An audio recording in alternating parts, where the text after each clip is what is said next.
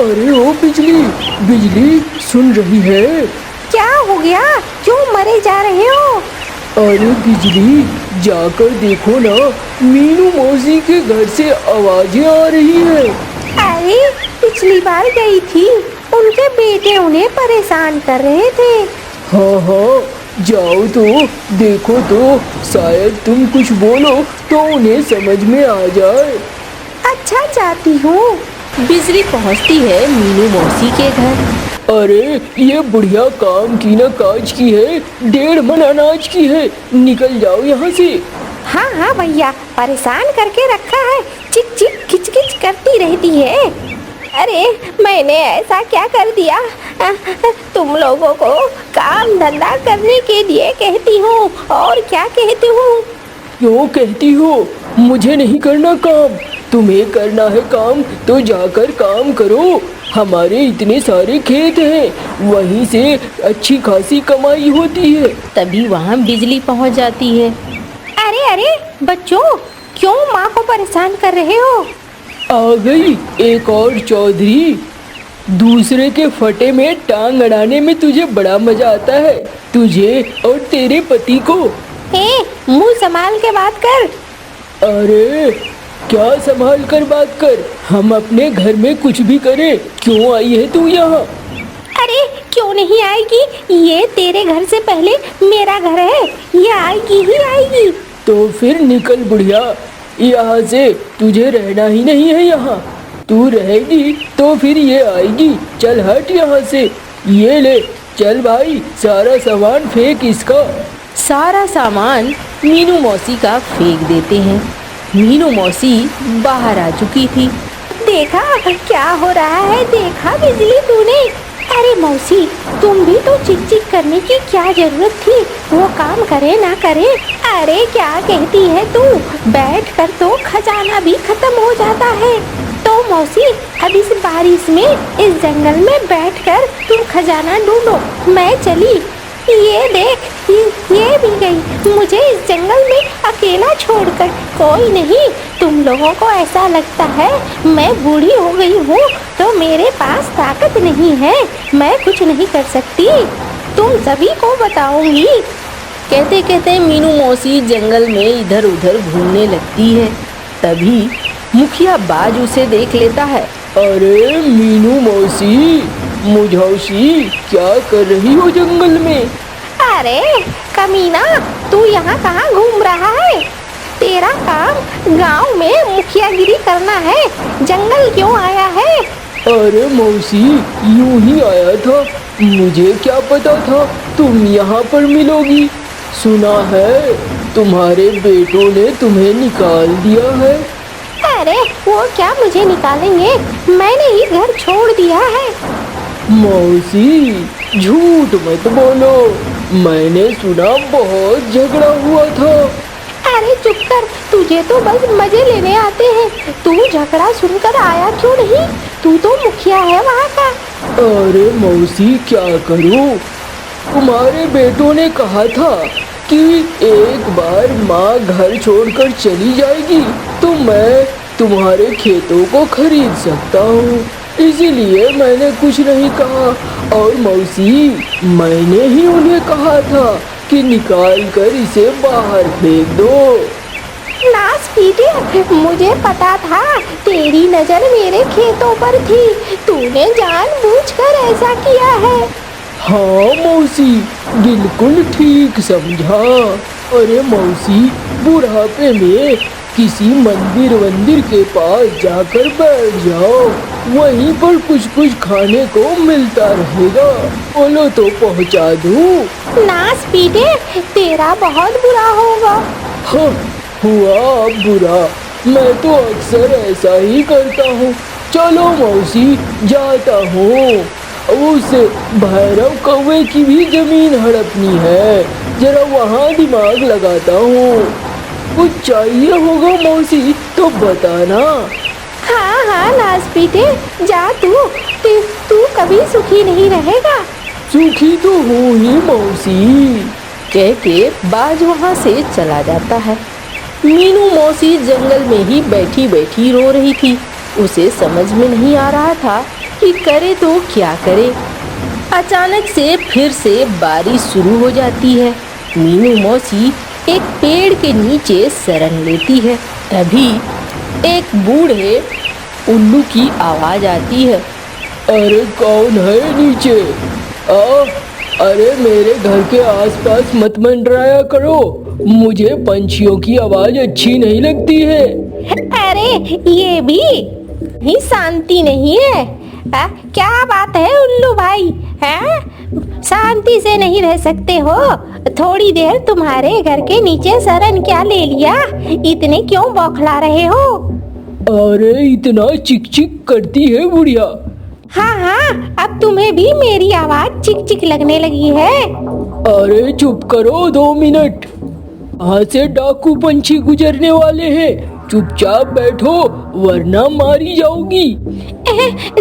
डाकू, मैं आ रही हूँ तुम्हारे पास।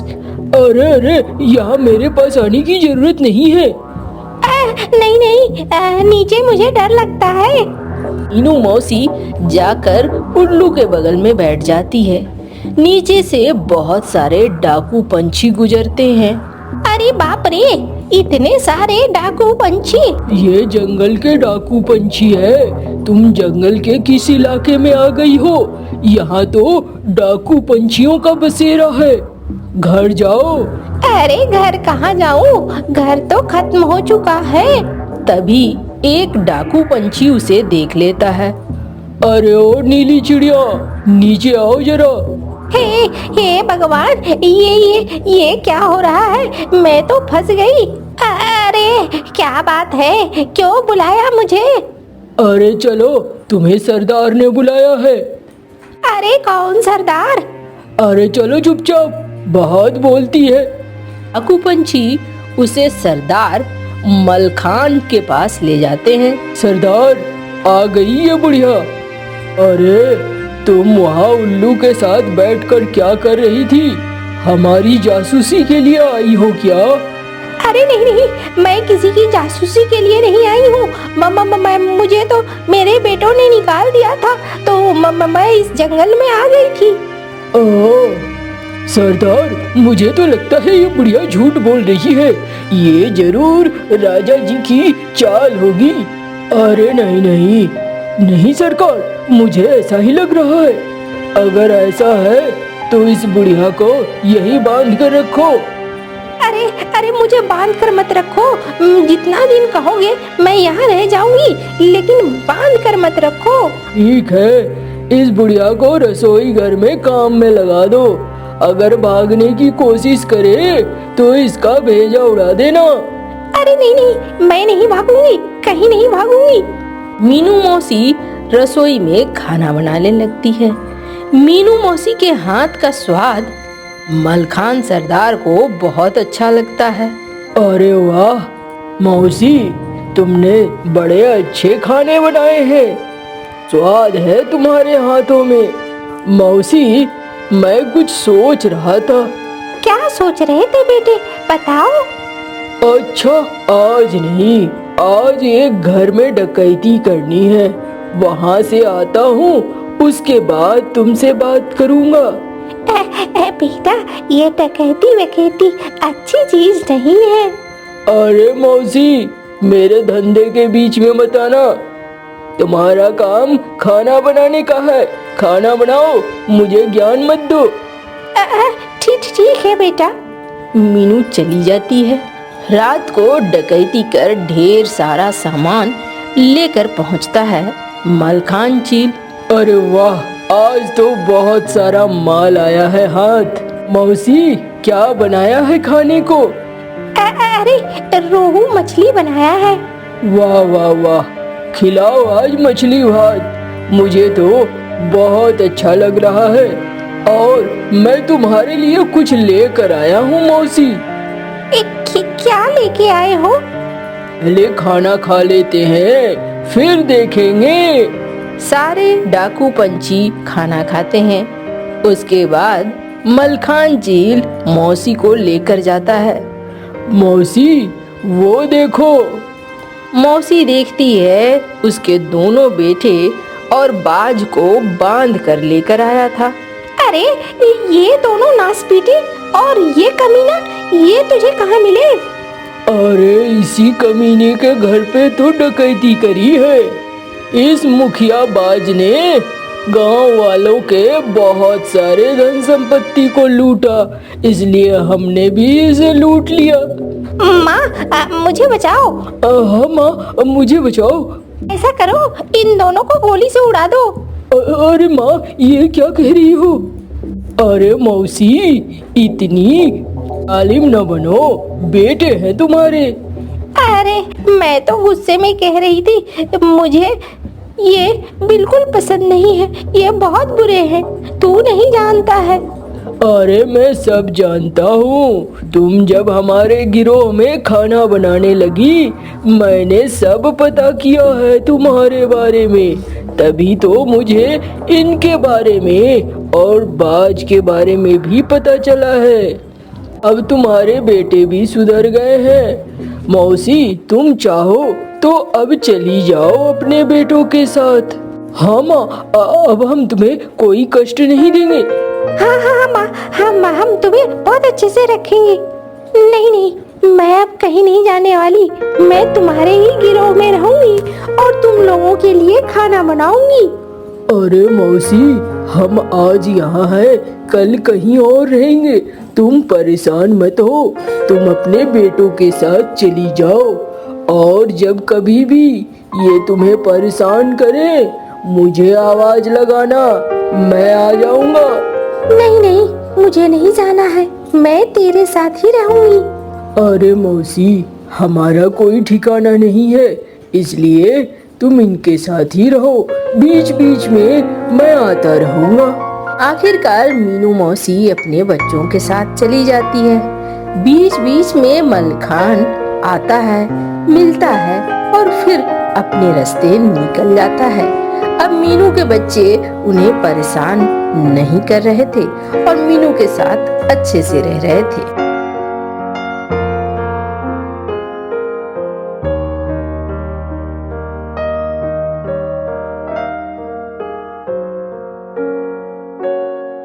अरे ये कहाँ से आ गए हैं? ये तो हमारे गांव के नहीं हैं। हाँ, ये हमारे गांव के नहीं है, न जाने कहाँ से आ गए हैं। अरे इनसे दूर ही रहना।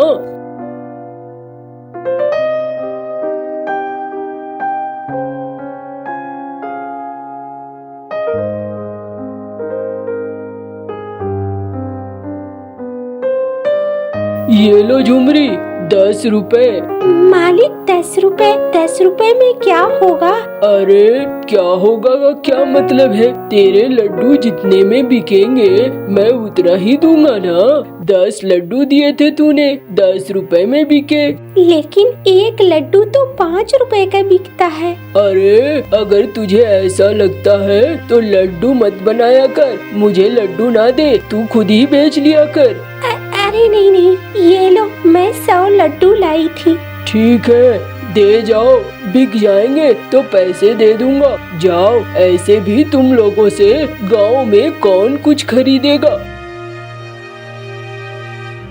न जाने हमारे भाग्य में क्या है। पहले मेरे पति मछली पकड़ने के लिए नदी में गए और फिर वापस ही नहीं लौटे, और अब हमें इस गांव में कोई भी अपना नहीं समझता है।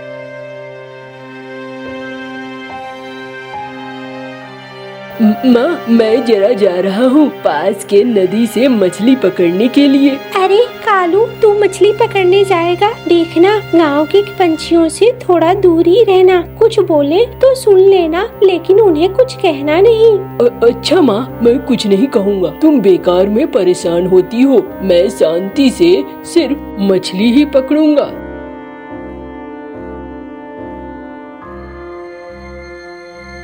अरे हट यहाँ से, दूर हट, उधर जाके बैठ, मेरी जगह पे बैठता है। लेकिन मैं तो यहाँ पहले से बैठा था। तू इस गांव का है नहीं, चल हट। इस गांव पे हर चीज पे पहले हमारा हक है, उसके बाद किसी और का। लेकिन मैं भी तो इसी गांव में रहता हूँ, मेरा हक इस नदी पे क्यों नहीं है? जा अपनी माँ से जाके पूछ, मछली पकड़ेगा, दूर हट के मछली पकड़, वरना मछली भी नहीं पकड़ने दूंगा।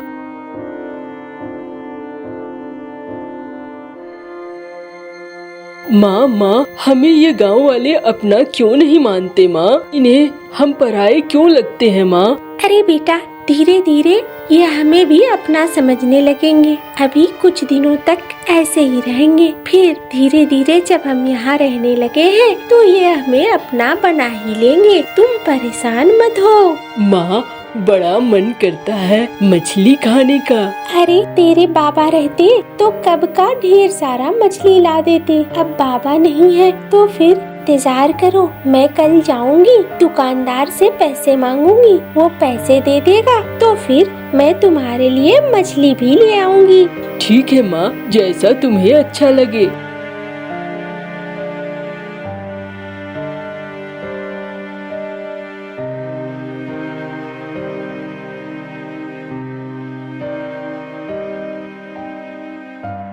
मालिक, पैसे दे दो। अरे किस बात के पैसे? लड्डुओं के दाम। अरे अब ये लड्डू बिकते नहीं है, मत लाया कर इन लड्डुओं को। और दाम किस बात के? तेरे लड्डुओं के कारण मेरे दुकान में चूहे घुस गए और चूहों ने मेरे सामान का नुकसान कर दिया है। पैसे तो तुम्हें देने चाहिए, तुम मुझे पैसे दोगी, वो भी 200 रुपए। अरे मैं पैसे कहाँ से लाऊंगी? कहीं से भी लाओ, मुझे उससे मतलब नहीं है, जाओ यहाँ से।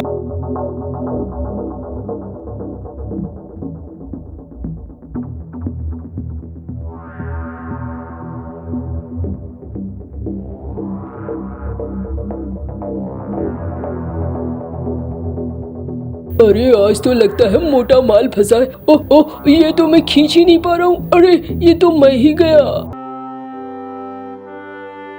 अरे अरे, आइए आइए, मैं आपको बचाता हूँ। अरे तुमने मुझे बचाया। कल तो मैंने तुम्हें भला बुरा कहा था, फिर भी मेरी माँ कहती है कि हमेशा कोई संकट में हो तो उसकी मदद करो, चाहे वो तुमसे कुछ भी कहे, कितना भी बुरा बर्ताव करे। तुम्हारी माँ तो बहुत अच्छी है। देखो तो इतनी सारी मछलियाँ मैंने पकड़ी हैं, लेकिन अब इन मछलियों को पहुँचाना होगा। अरे आपकी तो पंख में चोट लगी है, आप कहो तो मैं महरम पट्टी कर दूं। अरे नहीं नहीं, घर जाऊंगा तो सब कुछ ठीक हो जाएगा। अरे वाह, आपने तो कितनी सारी मछली पकड़ी है। मेरे बाबा भी बहुत सारी मछलियाँ पकड़ते थे, लेकिन एक दिन बाबा नदी गए और फिर आए ही नहीं। बड़ा कष्ट है तुम्हें। अच्छा बेटा, ये लो 2 मछलियाँ, इसे पकाकर खाना। नहीं नहीं, माँ कहती है तुम किसी के लिए अच्छा करो तो बदले में कुछ लो मत, मुझे नहीं चाहिए।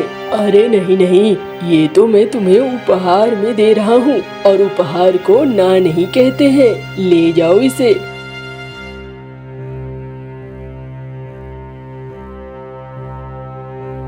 आज माँ को बोलूँगा मछली की बढ़िया वाली सब्जी बनाने के लिए, जो भी अच्छा बना सके। माँ, क्या बनवाऊँ? भूज कर खाऊंगा, रस वाला खाऊंगा।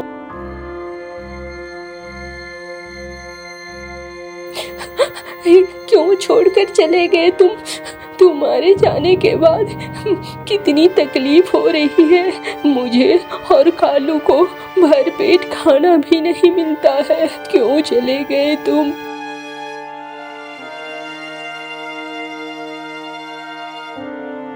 आज माँ का मन ठीक नहीं है।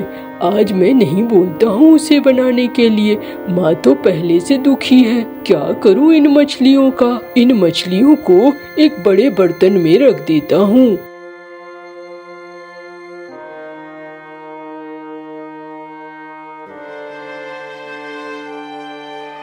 माँ, तुम रोया मत करो, मुझे अच्छा नहीं लगता है। देखना, एक दिन हमारे पास भी सब कुछ होगा, हमारे भी दुख दूर हो जाएंगे।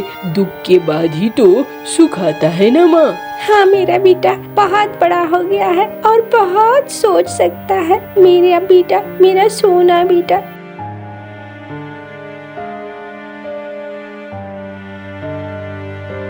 माँ, मछलियाँ बनाओगी क्या आज खाने में?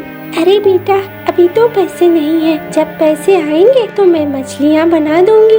माँ, मैंने कल 2 मछलियाँ लाया था। भैरव काका है ना, उन्होंने उपहार दिया था, लेकिन कल मैंने देखा तुम बहुत दुखी थी, तो मैंने मछलियों को एक बड़े से बर्तन में रख दिया है। अच्छा चलो देखती हूँ। अरे ये तो ढेर सारी मछलियाँ हैं। माँ देखो कितनी सारी मछलियाँ आ गई है।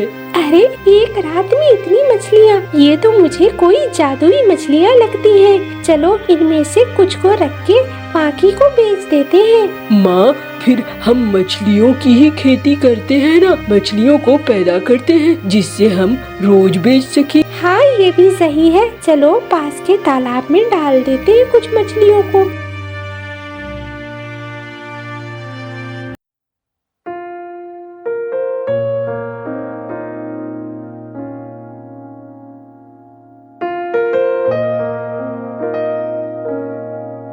देखा माँ, हमारे दुख के दिन दूर हो गए ना। तुम बहुत परेशान हो रही थी। हाँ बेटा, दुख के दिन तो दूर हो गए, लेकिन मैं चाहती हूँ कि तू भैरव काका की बेटी बिजली से शादी कर ले।